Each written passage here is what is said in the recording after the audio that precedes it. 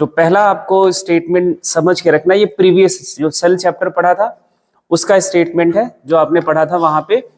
Cell theory, cell theory किसने दिया था? स्लीडन एंड स्वान। कब? 1838-39 में। अब इसमें जो स्लीडन एंड स्वान का नाम आता है तो उनके प्रोफेशन के बारे में भी क्वेश्चन बनता है कई बार। तो स्लीडन क्या थे? हाँ जी, स्लीडन जर्मन बोटेनिस्ट थे। क्या थे?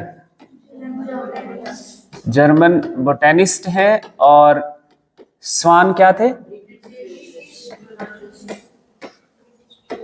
हाँ, ये जूलॉजिस्ट थे, ब्रिटिश जूलॉजिस्ट थे। इन्होंने किस पे काम किया था? स्वान जी ने एनिमल टिश्यू का स्टडी किया, एनिमल टिश्यू, और ये प्लांट टिश्यू, ये आपको पता होना चाहिए। और सेल प्रोडक्ट से बने हैं। हाँ, ये इनका बेसिक कंपोजिशन था। एंड उसके बाद एक नाम आया था और आपका किसका? Rudolph Virchow. कब? 1855। इन्होंने सेल थ्योरी को मॉडिफाई किया था। क्या किया था? मॉडिफाई। और इन्होंने ये स्टेटमेंट ऐड किया था, cell arises from pre existing cell. ये हमें सेल चैप्टर में पता चल गया था।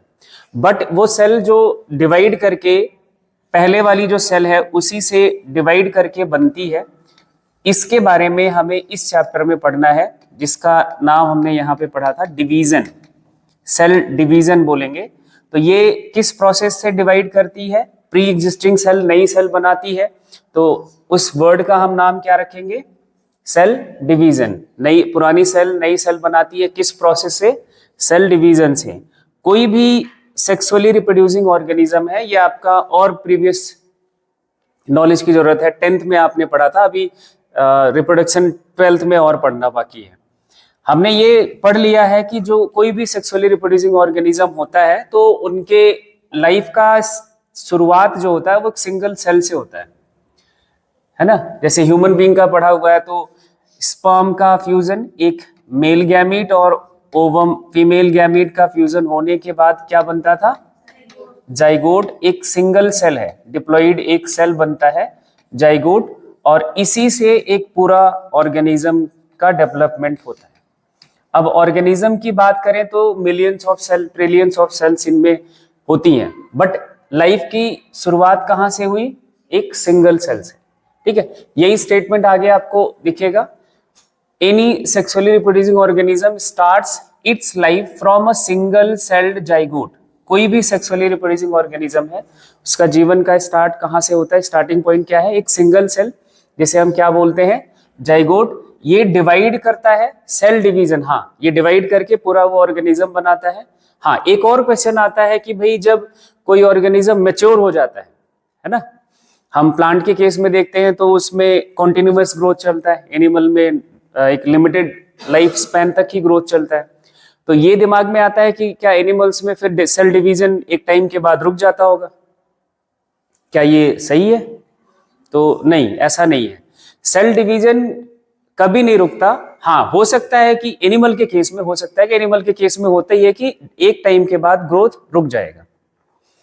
हमारा ग्रोथ अब नहीं हो सकता, आपका ग्रोथ अभी होगा क्योंकि अब अभी आपका ग्रोथ फेज चल रहा है ना। प्लांट के केस में ऐसा नहीं। प्लांट के केस में आपको ये लगेगा कि हाँ उसमें ग्रोथ चल रहा है तो सेल डिवीजन होगा, लेकिन एनिमल में ग्रोथ रुकने का मतलब ये नहीं है कि सेल डिवीजन भी रुक गया। Cell division throughout the life चलता है for the repair and maintenance, क्योंकि रिपेयर एंड मेंटेनेंस तो चलेगा ही चाहे आप ग्रोथ करो या ना करो, और रिपेयर एंड मेंटेनेंस के लिए सेल चाहिए। Cell division does not stop with the formation of mature organism. Mature organism का यहां मतलब है कि ग्रोथ रुक गया है but continues throughout its life cycle. ये स्टेटमेंट आपको पता होना चाहिए। सेल थ्योरी क्या कहता है? सेल का, अगर हम सेक्सुअली रिप्रोड्यूसिंग ऑर्गेनिज्म की बात करें तो लाइफ कहां से स्टार्ट होता है, एंड इसका भी एक सवाल दिमाग में आता है तो वो भी आपका क्लियर हो गया। अब एक क्वेश्चन है, are you aware that all organism even the largest starts their life from a single cell? क्या इसके बारे में आप जानते हो? तो बिल्कुल आपने सेक्सुअल रिप्रोडक्शन पढ़ा है, एंड ये आप आगे समझोगे भी, और ये सब सोचने पे थोड़ा सा लगता है कि हाँ बड़ा ये कैसा ऐसा पॉसिबल है, बट पॉसिबल है। ग्रोथ एंड रिप्रोडक्शन ये कैरेक्टरिस्टिक्स हैं सभी सेल के, इवन हम लिविंग थिंग्स की बात करते हैं, Indeed of all living organism, सभी लिविंग ऑर्गेनिज्म की और सेल की प्रॉपर्टी है। लाइफ की प्रॉपर्टी है तो सेल की प्रॉपर्टी तो हो गई है ना। All cells reproduce by dividing into two, हर सेल रिप्रोड्यूस करता है दो में डिवाइड करके। Each parental cell giving rise to two daughter cell, each time they divide, जितनी बार वो डिवाइड होता है हर बार वो दो डॉटर सेल बनाता है कोई भी parental cell, and newly formed daughter cells खुद डिवाइड करके नया डॉटर सेल्स बनाते हैं। सेल डिवीजन का मतलब यही होता है। और इस तरह से एक सिंगल पेरेंटल सेल आपका मिलियंस ऑफ सेल्स का एक स्ट्रक्चर बना देगा। In other words, such cell of growth and division allow a single cell to form structure consisting of millions of cell। इसी तरह से हमारा सेल डिवाइड करता रहता है और एक बहुत ह्यूज बॉडी बना सकता है, और बनाया हुआ है नेचर में। लार्जेस्ट एनिमल का एग्जांपल आपने सुना है, देखा है ना। अब उसके बाद सेल डिवीजन के टाइप्स की बात करें तो माइटोसिस एंड मियोसिस, दो मोड हैं डिवीजन के। ये मोड हैं डिवीजन, जैसा माइटोसिस में भी एक पेरेंटल सेल डिवाइड करेगा दो डॉटर सेल में, है ना।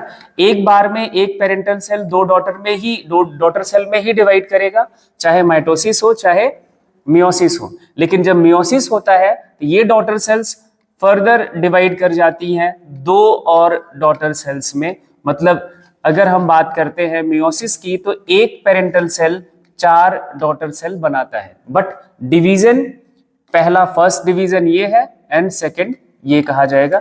ये सिक्वेंशियल होता है, एक डिवीजन के बाद दूसरा स्टार्ट। जब माइटोसिस होगा तो बस आपको इतना सोचना है, एक पेरेंटल सेल डिवाइड करेगा दो डॉटर सेल में, बस। वो अभी हम आगे देखेंगे।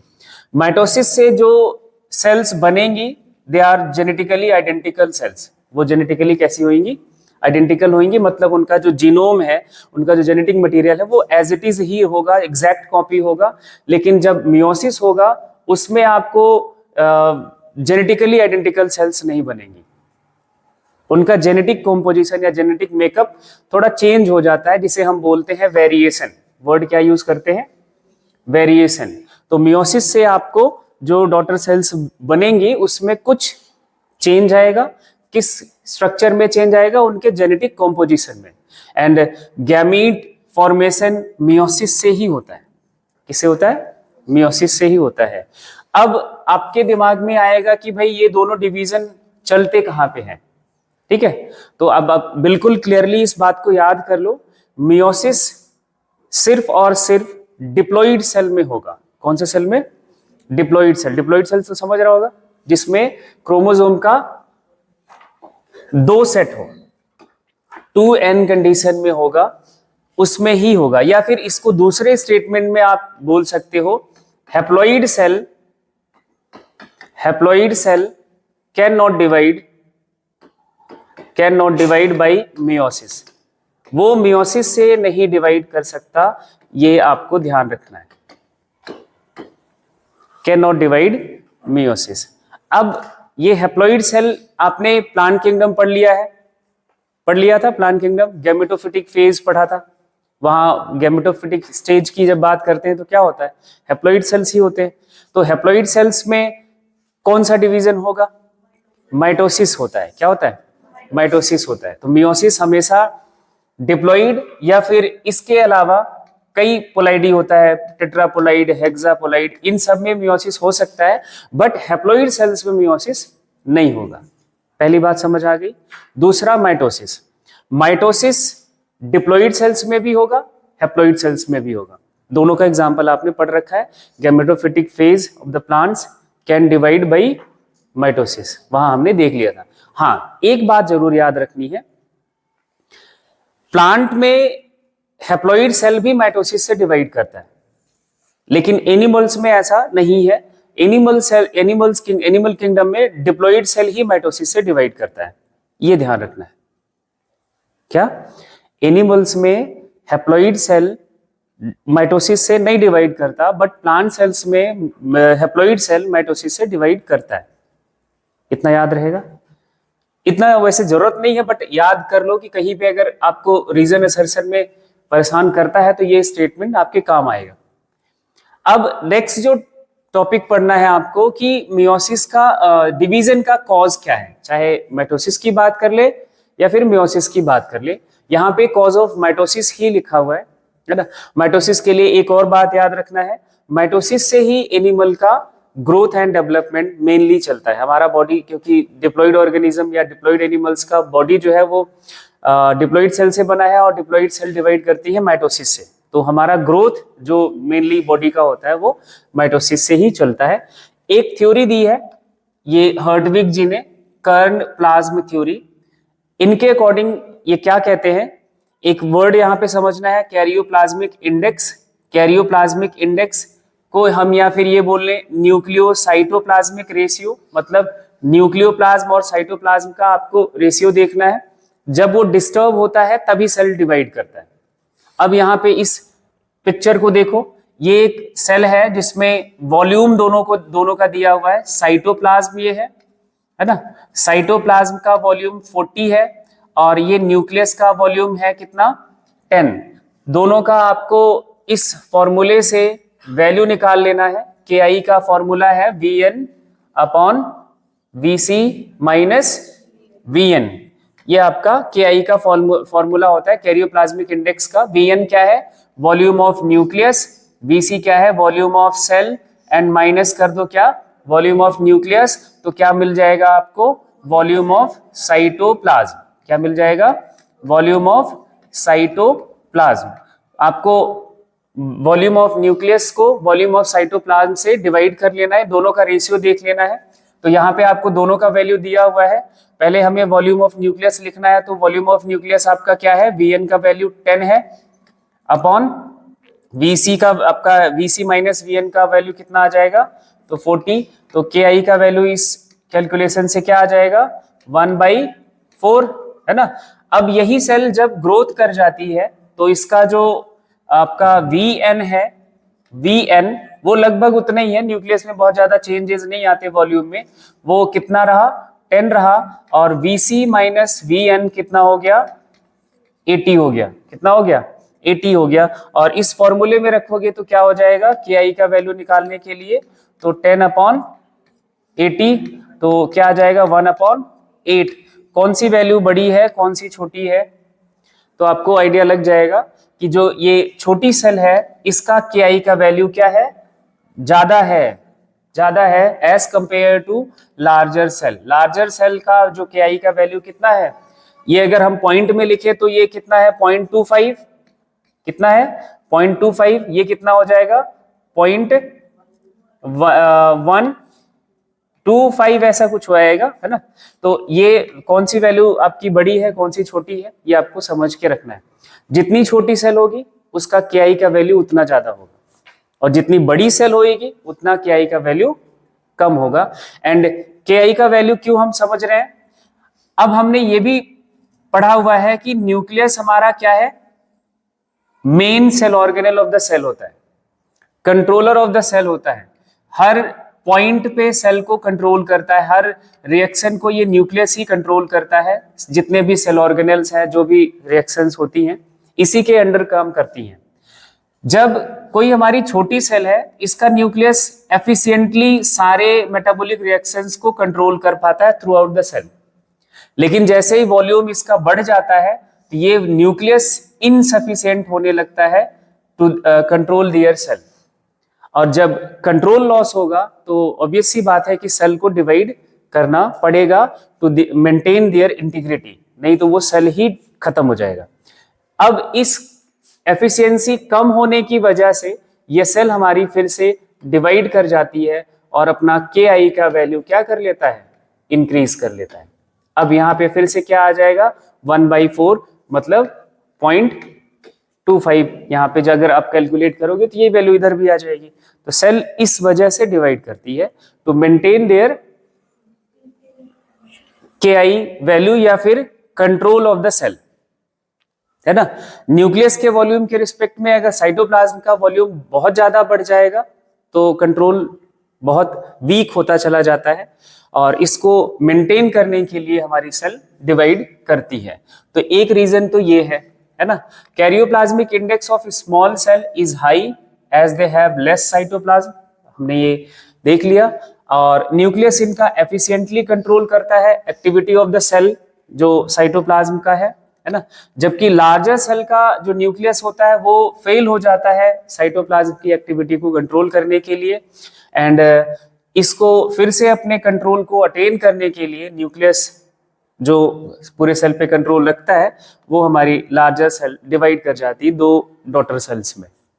ये इनका एक रीजन है सेल डिवीजन का, ठीक है। और साइकिल समझना है। सेल साइकिल समझने के लिए पहले हमें इस पिक्चर को ध्यान से समझना पड़ेगा, ठीक है। जो हमारा कोई सेल डिवाइड करने वाला होता है तो उसमें एक साइक्लिक इवेंट चलता है, और वो साइक्लिक इवेंट क्या है ध्यान से यहां देखना। कोई एक सेल, जैसे हम पेरेंटल सेल कह रहे हैं, ये एक अपना जस्ट डिवाइड होके बनी है। मान लो कोई एक सेल यहाँ पे हम मान लेते हैं, एक सिंगल सेल है और ये डिवाइड होके 2 सेल में ब्रेक हो रही है, 2 सेल डॉटर सेल्स बना रही है। अब इसकी कोई एक डॉटर सेल जो जस्ट डिवाइड होके बनी है, हम उसके लिए समझ रहे हैं, 2 एक एक करके दोनों सेल्स के साथ वही सेम साइकिल चलता है। तो वो जस्ट डिवाइडेड जो नई सेल है, न्यूली फॉर्म्ड सेल्स है, वो एंटर करती है एक रेस्टिंग फेज बोलते हैं, बट रेस्टिंग फेज नहीं है, ये ध्यान रखना। इसमें सेल का डिवीजन नहीं होता है, सेल प्रिपेयर करती है अपने आप को फॉर द नेक्स्ट डिवीजन। इसको हम बोलते हैं इंटरफेज। इस पूरे ये जो आपका सबसे बड़ा हिस्सा सेल साइकिल का, कोई भी सेल का जो ड्यूरेशन होता है सेल साइकिल का वो अलग अलग होता है ना। इसको हम बोलते हैं इंटरफेज। अब इंटरफेज के लिए कुछ बातें आपको यहीं पे समझनी है। Interphase is not a phase of actual division. इसमें सेल डिवाइड नहीं करता है, सेल खुद को ग्रो कराता है, सेल खुद को प्रिपेयर करता है फॉर द डिवीजन। इसमें सेल डिवाइड नहीं करता, ये ध्यान से समझना। कुछ साइंटिस्ट इसको इंटरफेज को रेस्टिंग फेज के नाम से भी बोलते हैं, कहीं कहीं आपको ये मिलेगा, इसको रेस्टिंग फेज भी बोला जाता है। अब ये रेस्टिंग फेज जो वर्ड हमने यूज किया है, इसके साथ कंफ्यूजन बहुत आता है। एक्चुअली इंटरफेज बहुत ही ज्यादा मेटाबॉलिकली एक्टिव फेज है। सेल जब जस्ट डिवाइड होके बनती है नई वाली, वो जब भी इस पूरे इंटरफेज को ट्रेवल करती है, पूरा इस इंटरफेज को क्रॉस करने लगती है, इंटरफेज में इंटरफेज के सारे जो सब स्टेजेस में गुजरती है, इसमें मेटाबॉलिज्म बहुत हाई होता है सेल का। मेटाबॉलिज्म समझ रहे हो? सेल के अंदर जो रिएक्शंस हैं वो बहुत हाई होता है, बहुत तेजी से रिएक्शंस चलते हैं। मेटाबॉलिकली सेल बहुत ज्यादा एक्टिव होती है, ना कि इस वर्ड से मत समझने लगा कि सेल, मत समझ लेना कि सेल तो रेस्टिंग स्टेज में है, इसमें तो कुछ नहीं होता होगा। परेशानी इस वर्ड के साथ होएगी जब स्टेटमेंट क्या होना चाहिए, क्या होता है, सेल इंटरफेज में मेटाबॉलिकली बहुत एक्टिव होती है, मोस्टली एक्टिव होती है। लेकिन वर्ड जब आपका रेस्टिंग फेज के साथ स्टेटमेंट बनाएगा तो वही स्टेटमेंट आपको गलत लगेगा। तो रेस्टिंग फेज कुछ साइंटिस्ट मानते हैं। क्यों मानते हैं, क्यों कहते हैं? जो ये मेटाबॉलिज्म है इसको माइक्रोस्कोप से स्टडी नहीं किया जा सकता, इसको देखा नहीं जा पाता, तो साइंटिस्टों को लगता है कि नहीं, ये रेस्टिंग स्टेज नाम दे दिया। जबकि सेल क्या है, मेटाबॉलिकली हाईली एक्टिव है। अरे ऐसे समझ लो भाई कि जब न्यू बॉर्न यंग वंस है, वो कितना ज्यादा फुदकता है। अब उतनी एक्टिविटी आप परफॉर्म करते हो? नहीं कर सकते। जितनी ज्यादा एनर्जी उसकी बॉडी में बनता है, जितना तेजी से ग्रोथ एंड डेवलपमेंट छोटे से बच्चे का होता है, उतना ग्रोथ एंड डेवलपमेंट आपका नहीं होगा। क्यों नहीं हो रहा है? क्योंकि आपका जो BMR है वो स्लो हो गया, उसका BMR बहुत हाई होता है ना। ये अभी सेल जस्ट बनी है, ये बिल्कुल छोटा सा बच्चा बना हुआ है, अब ये जब भी ग्रो करेगा तो इसका बीएमआर हाई होगा कि स्लो होगा? हाई होगा। अभी ये G1 फेज, इंटरफेज के सब फेजेस के नाम याद करो, G1, S एंड G2, ये सीक्वेंस में ही याद होने चाहिए। जब सेल इंटरफेज में जस्ट डिवाइड होके बनती है तो वो एंटर करती है G1 फेज में। कौन से फेज में? G1 फेज में। G1 phase is the phase of growth and development. इसमें सेल का सिर्फ और सिर्फ क्या होगा? Growth and development. ग्रोथ और डेवलपमेंट का मतलब क्या होता है?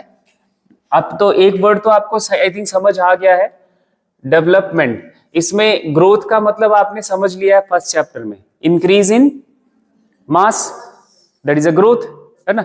मतलब सेल का वॉल्यूम बढ़ने वाला है, सेल का मास इंक्रीज होने वाला है, मटेरियल ऐड होने वाला है, that is mainly occurs in G1 phase. अब दूसरा वर्ड है डेवलपमेंट। डेवलपमेंट का मतलब क्या होता है? जस्ट जो डिवाइड होके सेल बनती है, न्यूली फॉर्म्ड सेल, इसके पास बहुत सारे सेल ऑर्गेनल्स नहीं होते हैं। सेल ऑर्गेनल्स ना होने का मतलब क्या हुआ? जैसे मैं बोलूं कि माइटोकॉन्ड्रिया का नंबर बहुत कम होता है या फिर नहीं होता है, लगभग सारे सेल ऑर्गेनल्स डिसअपियर कर जाते हैं ड्यूरिंग द सेल डिवीजन। लेकिन वो जब डेवलपमेंट में जाएगा तो वो सेल ऑर्गेनल्स क्या करेंगे? फिर से बनेंगे। जब तक वो सेल ऑर्गेनल्स नहीं बनेंगे तो क्या लगता है कि ये सेल का एफिशिएंसी बढ़ा सकते हो बिना सेल ऑर्गेनल्स के? नहीं बढ़ सकता। That is a development. तो वो सेल डेवलपमेंट में जाती है, मतलब जो उनके रिक्वायर्ड और सेल ऑर्गेनल्स हैं, रिक्वायर्ड ऑर्गन्स हैं, वो फिर से बनते हैं इस डेवलपमेंटल इवेंट में, डेवलपमेंटल प्रोसेस में। और वो सिर्फ होता है कहां पे? G1 फेज में। S फेज में थोड़ा इंपॉर्टेंट है, थोड़ा क्या, बहुत ज्यादा इंपॉर्टेंट है, इसको आपको समझना है। कैसे? सेल में आपने पढ़ा कि न्यूक्लियस है, न्यूक्लियस के पास क्या था? Genetic material. जेनेटिक मटेरियल का नाम बोलो, क्या था?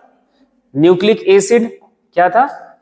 न्यूक्लिक एसिड, जिसका नाम आपने पढ़ लिया डीएनए, है ना। डीएनए ही सिर्फ नहीं होता, न्यूक्लिक एसिड में एक और नाम आता है आरएनए। ये जो न्यूक्लिक एसिड है, ये न्यूक्लिक एसिड जो है, ये अपनी एक और कॉपी क्रिएट करता है। क्रिएट कॉपी, अपनी ही खुद की exact copy, create it's exact copy, बिल्कुल डिक्टो वही जैसा जेनेटिक मटेरियल सेल के न्यूक्लियस में होता है, वैसा ही एक कॉपी और क्रिएट होता है इस एस फेज में। हाँ, आइडेंटिकल कॉपी क्रिएट करता है एस फेज में। और इस कॉपी क्रिएशन की प्रोसेस को बोलते हैं डीएनए रेप्लिकेशन। क्या बोलोगे? DNA replication. ये मेन इवेंट है एस फेज का। इसके साथ भी और भी चेंजेस होते हैं, वो जब हम एस फेज की बात करेंगे तब डिस्कस करेंगे। अभी ओवरऑल एक जनरल आइडिया ले लो, समझ लो, फिर आपका बात क्लियर रहेगा। G1 मतलब समझ आ गया, एस का मतलब समझ आ गया। अब ये G2 फेज में क्या होता है वो ध्यान से समझना। G2 फेज में सेल फाइनल प्रिपरेशन करती है फॉर द डिवीजन। क्या करेगी? Final preparation for the division. Final preparation for sale division. क्योंकि एक्चुअल या सेल डिवीजन ना बोलकर यहां पे लिखें एक्चुअल डिवीजन, क्योंकि सेल का एक्चुअल डिवीजन होता है इसी एम फेज में। क्या होगा? एम फेज में। तो जो उसके लिए फाइनल प्रिपरेशंस हैं वो करता है G2 फेज में। जैसे आप कहीं जाते हो घूमने या फिर कहीं किसी फंक्शन में, तैयारी तो आपकी 1 महीना पहले से चलती है, लेकिन फाइनल पैकिंग 1 दिन पहले होती है। तो G2 phase is the final packing, है ना, कि कल सुबह 4 बजे उठ के जाना है तो वो सब कुछ रख लेना है। और जो आपका नेक्स्ट एम फेज है, इसमें होता है सेल का एक्चुअल डिवीजन। इसमें सेल हमारी एक्चुअली डिवाइड करती है, ये ध्यान रखना है। यहां पे सिर्फ क्या हो रहा है? Preparation for the division. अब आपके दिमाग में ये क्वेश्चन आना चाहिए कि भाई डीएनए की कॉपी क्यों करी जाती है? कॉपी क्यों कर रहे हैं? एक और कॉपी क्यों कर रहे हैं? अरे भाई कॉपी इसलिए कर रहे हैं क्योंकि जेनेटिक मटेरियल या न्यूक्लिक एसिड हर सेल का मेन मॉलिक्यूल है, मास्टर मॉलिक्यूल है, कंट्रोलर ऑफ द सेल है। तो जो डॉटर सेल्स बनने जा रही हैं उनमें genetic material as it is transfer हो, तभी तो आइडेंटिकल इंफॉर्मेशन या एग्जैक्ट इंफॉर्मेशन ट्रांसफर हो पाता है, हो पाएगा। वो ऐसा कुछ नहीं है। तो रेप्लिकेशन में exact number of chromosome transfer होते हैं या exact number of nucleic material transfer होता है डॉटर सेल्स में। हाँ बिल्कुल याद है, वो सवाल आपका तब क्लियर होगा जब पूरा सेल डिवीजन पढ़ लोगे। देखो पहला statement, cell division is very important process in all organisms during division of cell, DNA replication and cell growth चलता है, वो हमने देख लिया। All these processes that is the cell division, DNA replication and cell growth, क्या क्या word हम use कर रहे हैं? सेल का division, DNA replication and cell growth, hence have to takes place in coordinated way। ये सब कुछ एक कोऑर्डिनेटेड वे में होना चाहिए, एक ऑर्डर में होना चाहिए, तभी एक्चुअल जो सेल डिवीजन है वो हो पाएगा, करेक्ट डिवीजन हो पाएगा, नहीं तो डिवीजन इनकरेक्ट हो जाएगा। इनकरेक्ट डिवीजन का एक एग्जांपल मैं अभी आपको दे देता हूं, कैंसर। जब सेल कोई आपका कैंसरस हो जाता है, मतलब उसका ये जो डिवीजन का आप पूरा प्रोसेस पढ़ रहे हो, जो करेक्ट पाथ है डिवीजन का, cell division, DNA replication and growth, वो अगर डिस्टर्ब हो गया तो that is a incorrect division and वही हमारा कैंसर है। ठीक है, तो अभी वो बाद में हम समझेंगे। Correct division and formation of progeny cell containing intact genome, ये अगर कोऑर्डिनेटेड वे में सारे इवेंट्स नहीं हुए तो आपका डिवीजन सही नहीं होगा और जो प्रोजेनी सेल बन रहा है उसके पास जीनोम एज इट इज नहीं आएगा, वो डिस्टर्ब हो जाता है। The stages through which cell passes from one division to the next is called cell cycle. एक सेल जिस फेजेस से पास होता है, जिस डिवीजन से पास होता है, एक डिवीजन से दूसरे डिवीजन का जो पूरा साइकिल है, जो पूरा पाथ है, जो स्टेजेस हैं, that is a cell cycle. मतलब इस पिक्चर को देख लो, इसमें आपको क्लियर हो जाएगा। मतलब ये जो सेल कोई डिवाइड कर रही है दो में, यहां से ये सेल फिर से इस पूरे फेजेस स्टेजेस को क्रॉस करे तो दैट मीन्स एक सेल साइकिल कंप्लीट कर लिया। अब ये फिर से इसी सारे स्टेजेस को फॉलो करे, G1 को, S को, G2 को और M फेज को, और फिर से दो में डिवाइड हो जाए, that means second cycle is completed. ठीक है, तो ये सारे स्टेजेस को फॉलो करके सेल का डिवीजन होना, that is a completion of one cell cycle. एक सेल साइकिल कंप्लीट होता है। अब नेक्स्ट पॉइंट पे ये बात आपको समझनी है, although cell growth in terms of cytoplasmic increase. Cell growth का मतलब यहाँ पे क्या था? साइटोप्लाज्म का अमाउंट इंक्रीज करना, वॉल्यूम इंक्रीज करना। Usually is a continuous process, ये लगातार चलता रहता है। ऐसा नहीं कि S में नहीं होता, G2 में नहीं होता, चलेगा सभी फेजेस में, लेकिन मेनली चलता है G1 में। और DNA synthesis occurs only during one specific stage of the cell, that is the S phase. S का मतलब ही है सिंथेटिक फेज, उसको नाम देते हैं synthetic phase. The replicated chromosome DNA are distributed daughter nuclei by the complex series of events। अब ये जो कॉपी बनाई गई डीएनए की, उसको दो इक्वल डॉटर सेल्स में, दो इक्वल हाफ में डिवाइड करा जाता है। एक कॉम्प्लेक्स सीरीज ऑफ इवेंट्स हैं during actual division of cell. जो सेल का एक्चुअल डिवीजन होता है उस दौरान एक सीरीज है, कॉम्प्लेक्स इवेंट का सीरीज है। वो कॉम्प्लेक्स इवेंट का सीरीज का नाम यहाँ पे देखो, एक बार पढ़ो क्या लिखा हुआ है। वो कॉम्प्लेक्स इवेंट का series prophase, metaphase, anaphase, telophase and cytokinesis. ये इस स्टेज को, इस कॉम्प्लेक्स सीरीज को फॉलो करना होता है for the equal distribution of क्या, nucleic acid of the cell. ये एक्चुअल इसका मतलब है सेल डिवीजन का। नेक्स्ट जो आपका, हाँ एक ये स्टेटमेंट बहुत इंपॉर्टेंट है, ये ध्यान रखना। ये सारे इवेंट आपके जो सेल में डिवाइड कर रहा होता है, that is works under the control of genetic information या जेनेटिक कंट्रोल के अंडर ही काम करता है, मतलब सेल डिवीजन को खुद ही न्यूक्लियस कंट्रोल करता है। ऐसा नहीं कि वो बस हो जाएगा, नहीं, that is well controlled process and that is controlled by genetic material या न्यूक्लिक एसिड। अब फेजेस की बात करें, एक टिपिकल यूकैरियोटिक सेल जिसे हम यहाँ पे इलस्ट्रेट कर रहे हैं, जिसको हम यहाँ पे समझेंगे, यहाँ पे एग्जांपल लिया है ह्यूमन सेल का, जो कल्चर मीडियम में कल्चर करते हैं, तो इसको एक सेल साइकिल कंप्लीट करने में लगभग 24 आवर्स का टाइम लगता है। ये जो ड्यूरेशन है सेल साइकिल का, ये ऑर्गेनिज्म टू ऑर्गेनिज्म भी वेरी करता है। हम ह्यूमन की बात कर रहे हैं तो 24 आवर्स, किसी दूसरे ऑर्गेनिज्म में हो सकता है कि 48 घंटे का हो, 4 दिन का हो, 10 दिन का हो, वो अलग अलग ड्यूरेशन का होगा। एंड सेल टू सेल भी वेरी करता है। हमारी बॉडी में ही जो अलग अलग टाइप के सेल्स हैं, जैसे muscle cell, blood cells, nerve cell, heart की जो कार्डियक सेल्स हैं, इनके भी सेल साइकिल का ड्यूरेशन अलग अलग होता है। ऑर्गेनिज्म टू ऑर्गेनिज्म वेरी करता है एंड सेल टू सेल भी वेरी करता है। ध्यान से इसको समझ के रखना। However this duration of cell cycle vary from organism to organism and also cell type to cell type. किस टाइप का सेल है उस पर भी। जैसे एक एग्जांपल और आपको दिया है ईस्ट, दूसरा है एक यूनिसेलुलर, क्या है ये ईस्ट, क्या है फंजाई है। इसका सेल साइकिल कंप्लीट हो जाता है 90 मिनट्स में। कितने टाइम में? 90 मिनट्स में। एक और एग्जांपल याद कर लो, ई कोलाई, एक किसका नाम है ये, बोलो, एक बैक्टीरिया है। इसका सेल साइकिल का ड्यूरेशन है ओनली एंड ओनली 20 मिनट्स। सिर्फ 20 मिनट में ये एक सेल साइकिल कंप्लीट कर लेता है।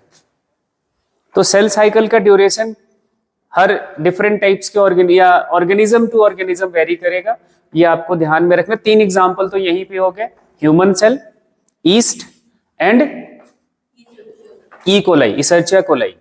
ठीक है, तीनों का ड्यूरेशन आपके पास है। एंड सेल साइकिल को हम डिवाइड करते हैं बेसिकली 2 फेजेस में, जिसका नाम आपने देख लिया है, इंटरफेज एंड एम फेज। ठीक है, अब इंटरफेज का मतलब देख लो।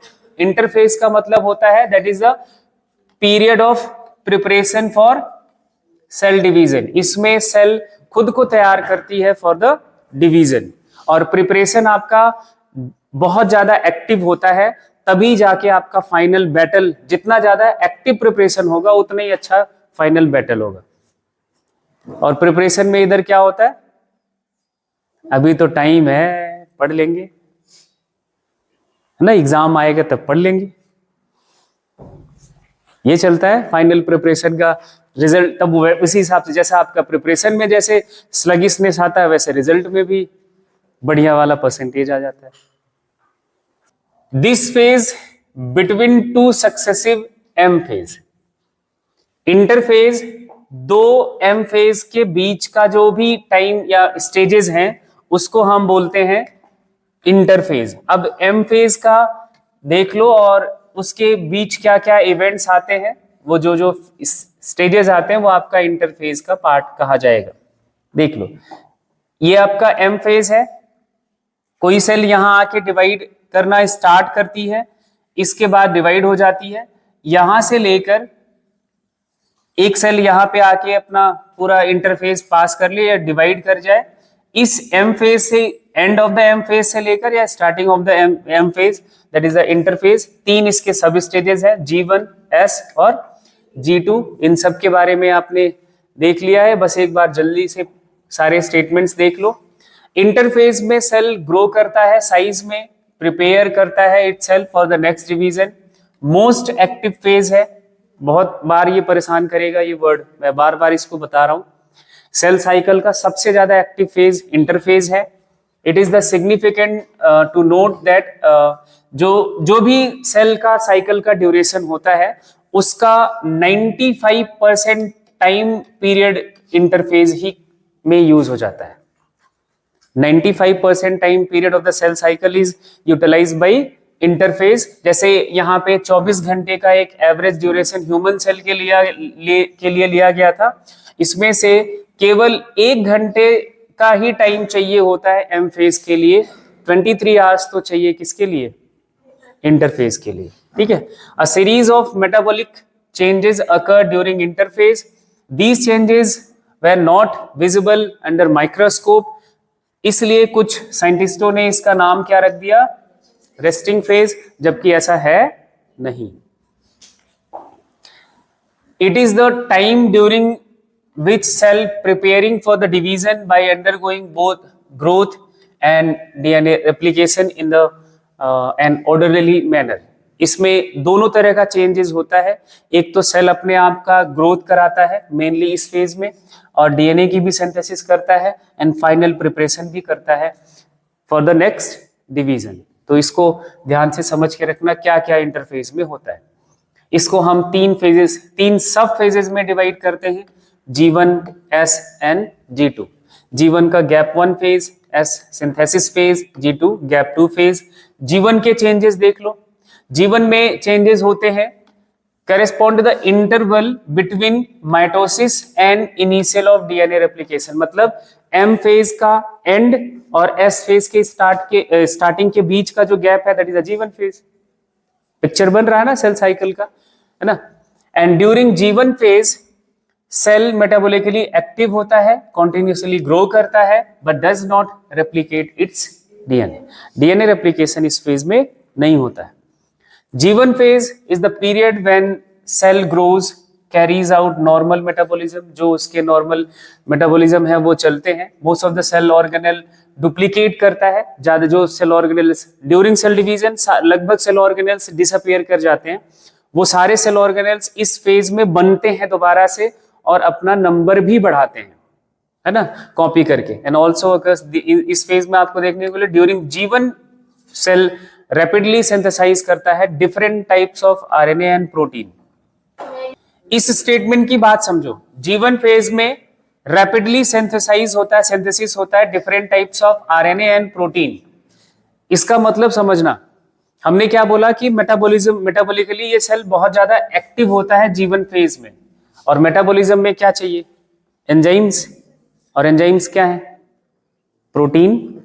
और जब तक प्रोटीन नहीं बनेगा तब तक वो सेल कैसे मेटाबॉलिकली एक्टिव होगा। तो इस सेल में जितने भी टाइप्स के प्रोटीन की जरूरत होती है सेल को, लगभग वो सारे बनते हैं।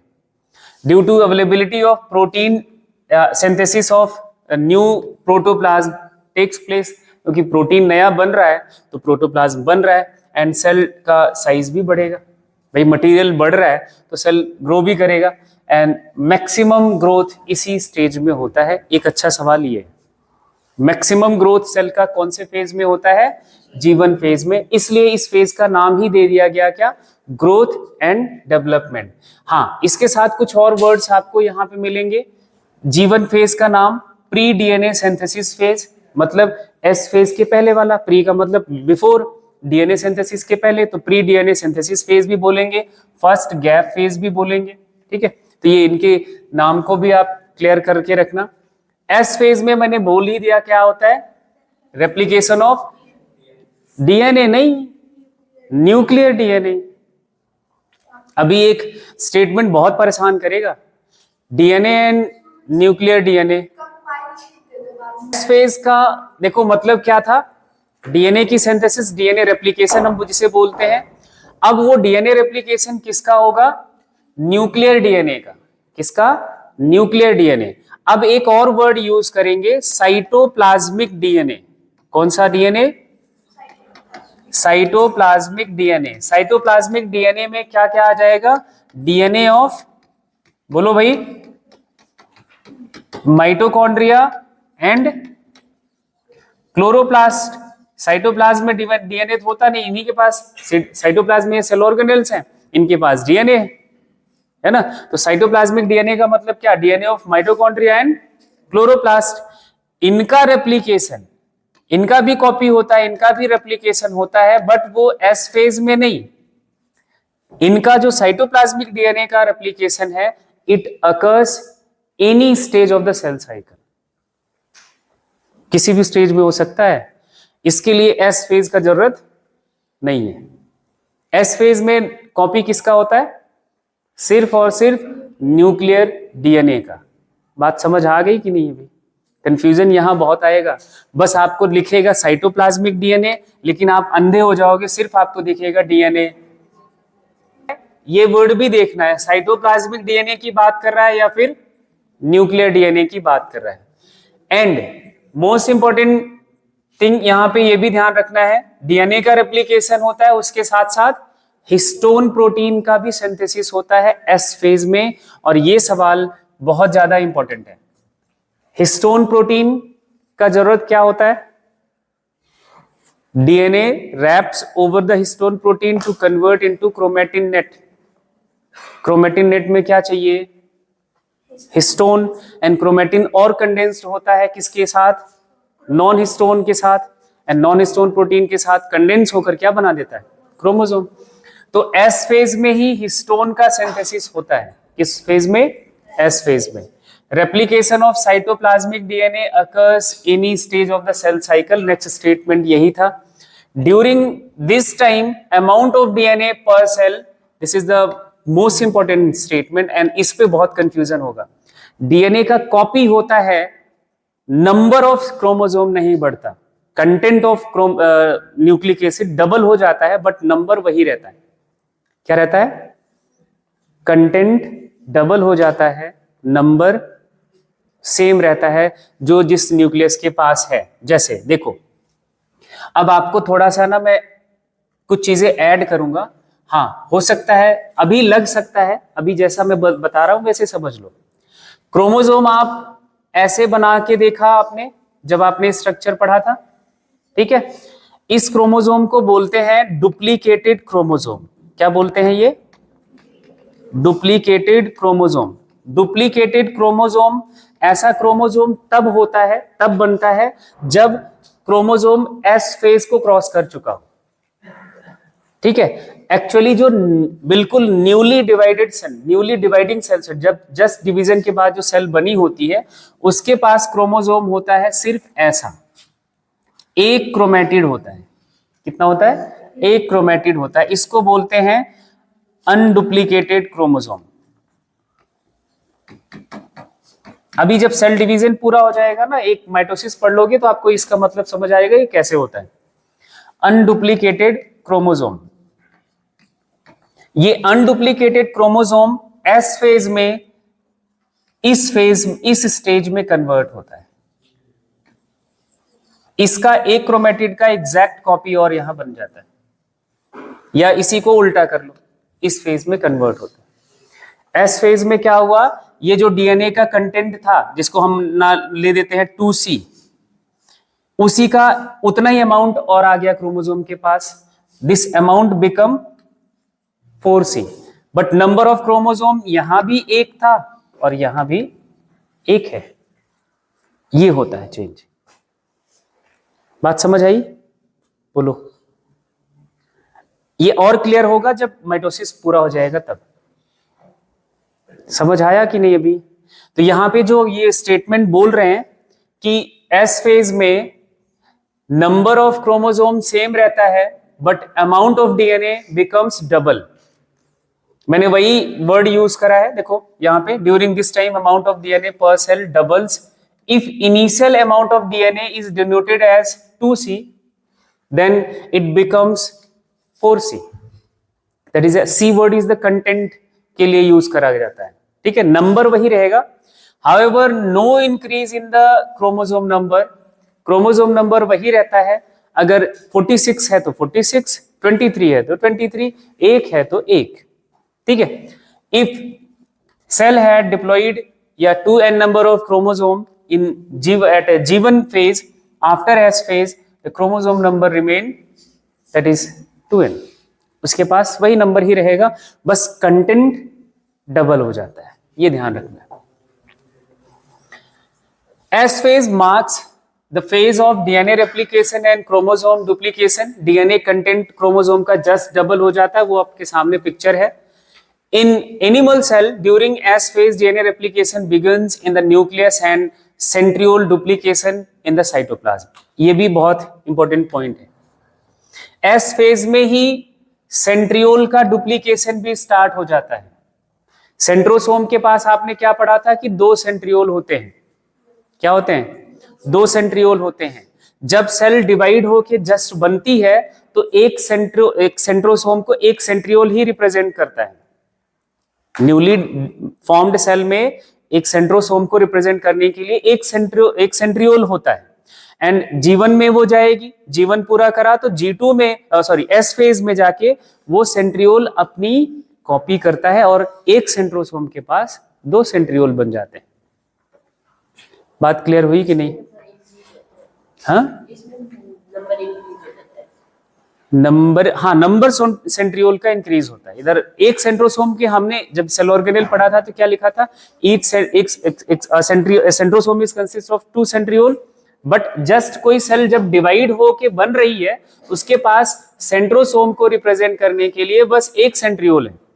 जैसे ही वो जीवन में जाएगा तो अपना ग्रोथ करता है, एस में जाएगा तो इसका जो अब सेंट्रोसोम है उसके पास 2 सेंट्रियोल्स प्रेजेंट होंगे।